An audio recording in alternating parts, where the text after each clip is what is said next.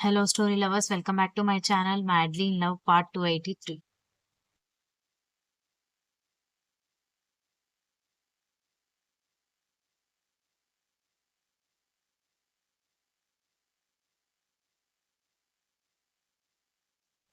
ఆయన వర్క్ చేసుకోవడం లేదా అని అడగడంతో చేస్తున్నారు కిచెన్లో అని రేఖ చెప్పడంతో ఏంటి అని అయోమయంగా అడగడంతో నీకోసమే వంట చేస్తున్నారు అని నవ్వుతూ దక్ష బాత్రూంకి వెళ్ళడానికి హెల్ప్ చేసి ఆమె తిరిగి వచ్చిన తర్వాత బెడ్ మీద కూర్చోబెట్టింది రేఖ. ఆయన వంట చేస్తుంటే నువ్వేం చేస్తున్నావాంటి అనగానే, ఓయబ్బో నేనేమీ సుఖపడిపోవడం లేదులేమ్మా, మీ ఆయనే నీ మీద ప్రేమతో నీకు వంట చేస్తాననంటే సరే చేయండి సార్ అని చెప్పాను అంతే. అయినా ఆయన నాకు యజమాని, చేయొద్దు అని గాని చెయ్యి అని గాని చెప్పే హక్కులు నాకు లేవు, కావాలంటే నువ్వే చెప్పుకో అని చెప్పి రేఖ బయటికి వెళ్ళిపోయింది.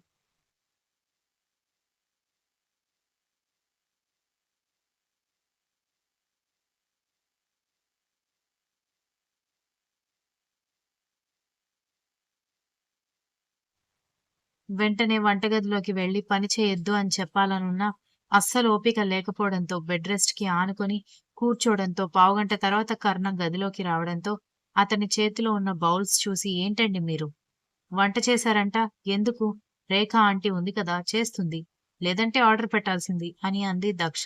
ఎందుకు chicken biryani, chicken 65, chicken lollipop తింటావా?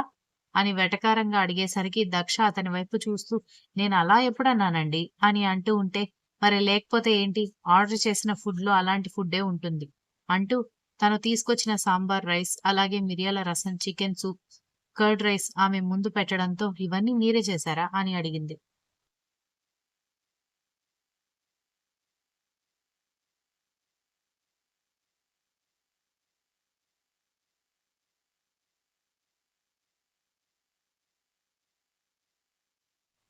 నేను కాకపోతే ఇంకెవరు చేశారనుకుంటున్నావు అని అంటూ ఆమె మొహాన్ని వెట్ వైప్స్‌తో క్లీన్ చేసేసి నెమ్మదిగా సాంబార్ రైస్ స్పూన్‌తో తినిపిస్తూ ఉంటే వేడివేడిగా ఉండడంతో అతను తినిపిస్తూ ఉంటే తినేసింది. అప్పటి వరకు గొంతు నొప్పిగా అనిపించింది. అసలు ఏమీ తినాలని అనిపించలేదు. చిరాకుగా అనిపించింది. కానీ అతను తినిపిస్తున్న ఫుడ్ ఘాటుగా వేడివేడిగా ఉండడంతో అతను తినిపిస్తుంటే తినేసింది.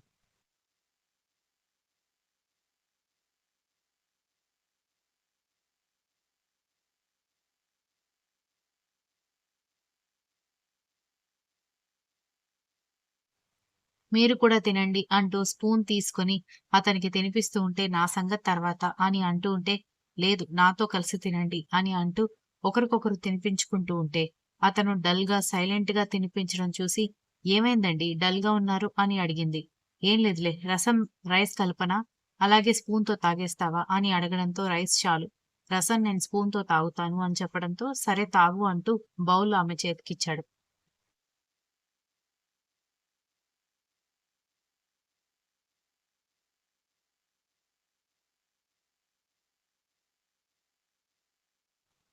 రసం తాగుతూ అతను డల్‌గా ఉండడంతో ఏదో అయింది, మీరెందుకంత డల్‌గా ఉన్నారు అనగానే తను తీసుకొచ్చిన ట్రే పక్కన పెట్టేసి దక్ష చేతుల్ని తన చేతిలోకి తీసుకుని నన్నొదిలేసి వెళ్ళకు అని అన్నాడు.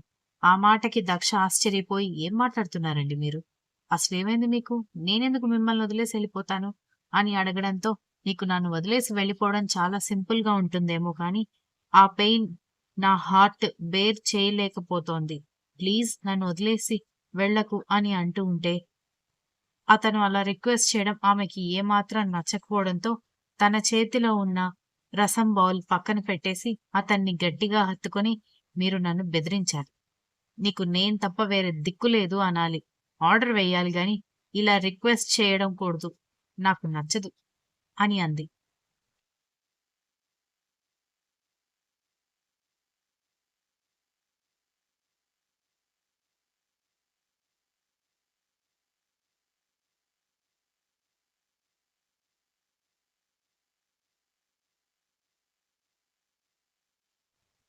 ఆమె చుట్టూ గట్టిగా చేతులు బిగించి వదిలేస్తే మాయమైపోతుందేమో అన్నట్టుగా పట్టుకుని ఫీవర్ చాలా ఎక్కువగా ఉందని, టెంపరేచర్ బాగా ఉందని చెప్పాడు డాక్టర్. దానికి తగ్గట్టుగానే ఎన్నిసార్లు తడి క్లాత్‌తో తుడుస్తున్నా కూడా నీ టెంపరేచర్ పెరుగుతూనే ఉంది. నీకేమైనా అవుతుందని టెన్షన్‌గా ఉంది బేబీ అని అన్నాడు చిన్న పిల్లాడిలాగా. ఆ మాటకి ఆమె కళ్ళల్లో నీళ్లు తిరిగాయి.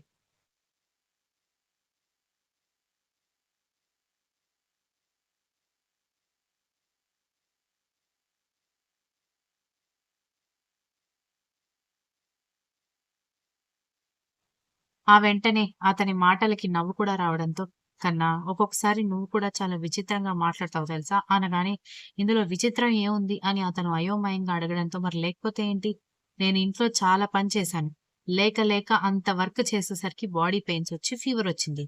ఈ మాత్రం దానికి నేను చచ్చిపోతానా?" అనగానే, "షటప్" అన్నాడు సీరియస్‌గా.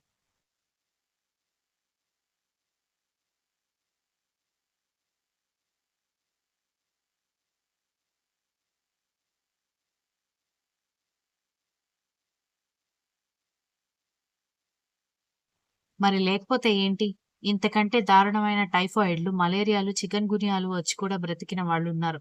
పైగా నన్ను మంచం కూడా దిగనివ్వకుండా ఇంత ప్రేమగా చూసుకునే నా శ్రీవారుండగా, నాకేమవుతుంది శ్రీవారు అని అంటూ అతని బుగ్గలు గిల్లుతూ ఉంటే, "నేనేమి ఆడపిల్లని కాదు బుగ్గలు గిల్లుతున్నావు" అన్నాడు. "ఆడపిల్లలకి మాత్రమే బుగ్గలు గిల్లుతారని ఎవరు చెప్పారు? నీలాగా క్యూట్‌గా, హ్యాండ్సమ్‌గా ఉండే వాళ్ళని కూడా ముద్దు చేస్తారు" అని ముక్కు కూడా గిల్లడంతో రాక్షసి అల్లరెక్కువైంది. అని అంటూ ఆమె నడుం చుట్టూ చేవేసి దగ్గరికి లాక్కొని ముద్దు పెట్టాడు.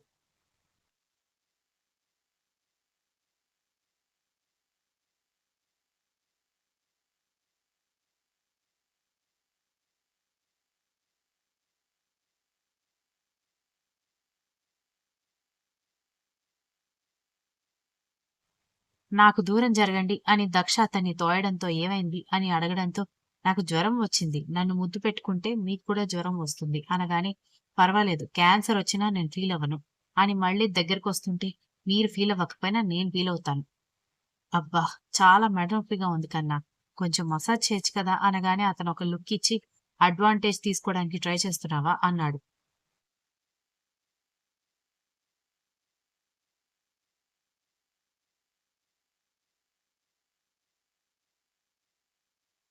లేదబ్బా! మరి నాకేమైనా అవుతుందని మీరే కదా ఫీలవుతున్నారు.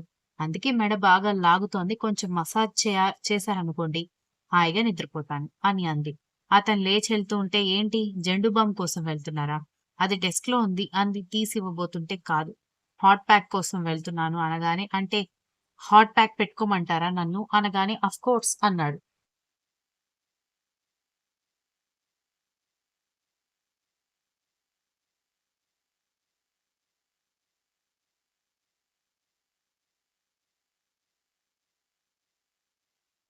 దక్ష మూతి 30 వంకర్లు తిప్పుతూ ఉంటే, "ఏంటి?" అని అడగడంతో, "పెద్ద ప్రేమ ఉన్నట్టుగా మాట్లాడతారు.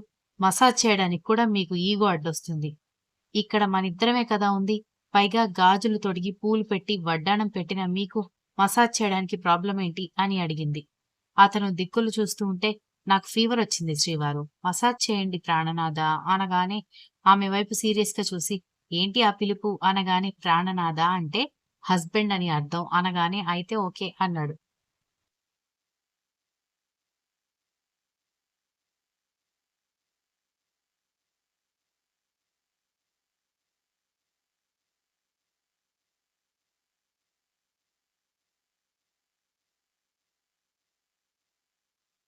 దాంతో ఆమె నవ్వుకుంటూ నెమ్మదిగా బెడ్ రెస్ట్‌కి ఆనుకోవడంతో, మెడిసిన్స్ తీసిచ్చి "కాసేపు పడుకో" అని అంటూ ఆమె నిద్రపోవడానికి రెడీ అవుతూ ఉండడంతో, నెమ్మదిగా మెడ నరాలు రిలాక్స్ అయ్యేలా మసాజ్ చేస్తుంటే ఆశ్చర్యంగా అతని వైపు చూసింది. "ఇడియట్! మెడ నరాలకి మసాజ్ చేస్తున్నప్పుడు తల తిప్పకూడదు. దానివల్ల నరాలు పట్టుకుంటాయి" అనగానే, "సారీ, సారీ" అని అంటూ ఆమె కళ్ళు మూసుకోవడంతో, ఆమెకి చాలా సేపు మసాజ్ చేయడంతో ఆమె నిద్రపోయింది.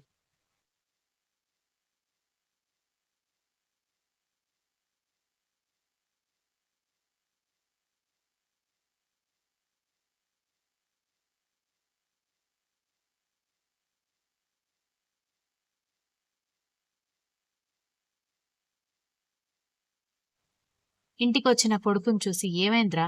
మళ్ళీ ఎవరితో సున్నం పెట్టుకున్నావు? ముక్కేంటి అలా కందిపోయింది?" అని కోపంగా అడిగాడు ఉదయ్ తండ్రి. దాంతో కిచెన్‌లో ఉన్న ఉదయ్ తల్లి బయటకొచ్చి, "మళ్ళీ ఏమొచ్చిందిరా నీకు?" అని కోపంగా అడిగింది. Continuous. If you like this story, please like, share, comment and don't forget to subscribe.